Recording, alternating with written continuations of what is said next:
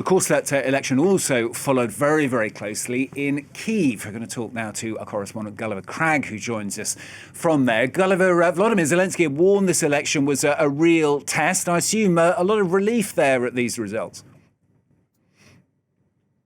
Absolutely. I think there's relief all over Ukraine, and particularly in Odessa region in the south of the country, which borders Moldova. I was looking this morning at Dumska, one of the main Telegram channels for news from Odessa region, and it was covering this election under the heading, "Do we need to panic?" And the answer finally came this morning, panic over. The reason being that there was a lot of fear that if Russia managed to bring Moldova back into its orbit, it would then try to use Moldova for destabilization operations in Odessa region, perhaps even small military incursions to force Ukraine to divert military resources there. So there were real fears about what this could mean for Odessa region, but more broadly for the whole of Ukraine, of course, as Doug was saying, for the EU accession to continue with these two countries moving in lockstep. It's very important for Moldova not to break away from it. It was very, very well covered in Ukrainian media, this election. It's quite rare that Ukrainian media cover an election in another country as much as they covered this one in Moldova. And Serhiy Sidorenko, who's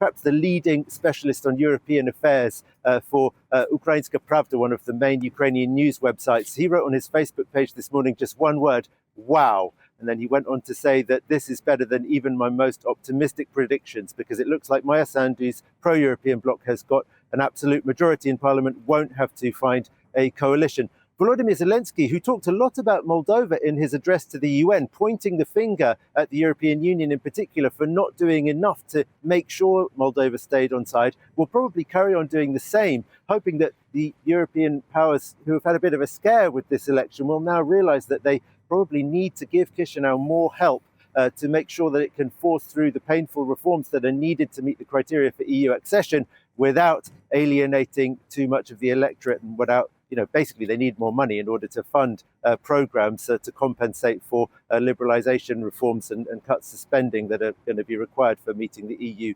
criteria. Gulliver, of course, what you're telling us there comes after Kyiv suffered a terrible weekend, 12 hours of drone and missile strikes overnight on Saturday into Sunday. Presumably people still trying to recover from that there.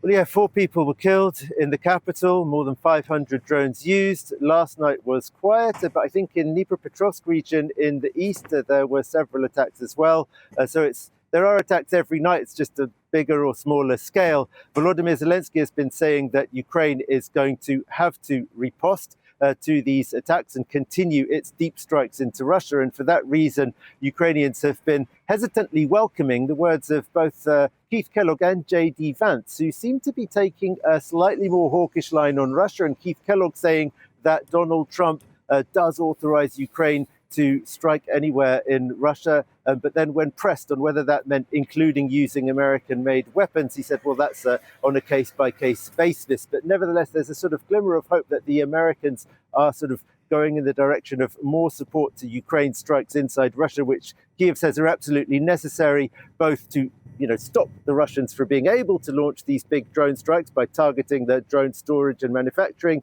facilities, and also crippling the Russian economy and moving Russia towards a position where it might think that negotiations are a better idea. But at the moment, the Russians aren't apparently keen to negotiate at all. I have to say, though, that some Ukrainians I've been speaking to seem pretty happy about the fact that there are power cuts in Belgorod, that Russian region, feeling that it's maybe about time the Russians got a bit of a taste of their own medicine. Gulliver, thanks very much. Gulliver Cragg, our Ukraine correspondent, talking to us live there from Kyiv.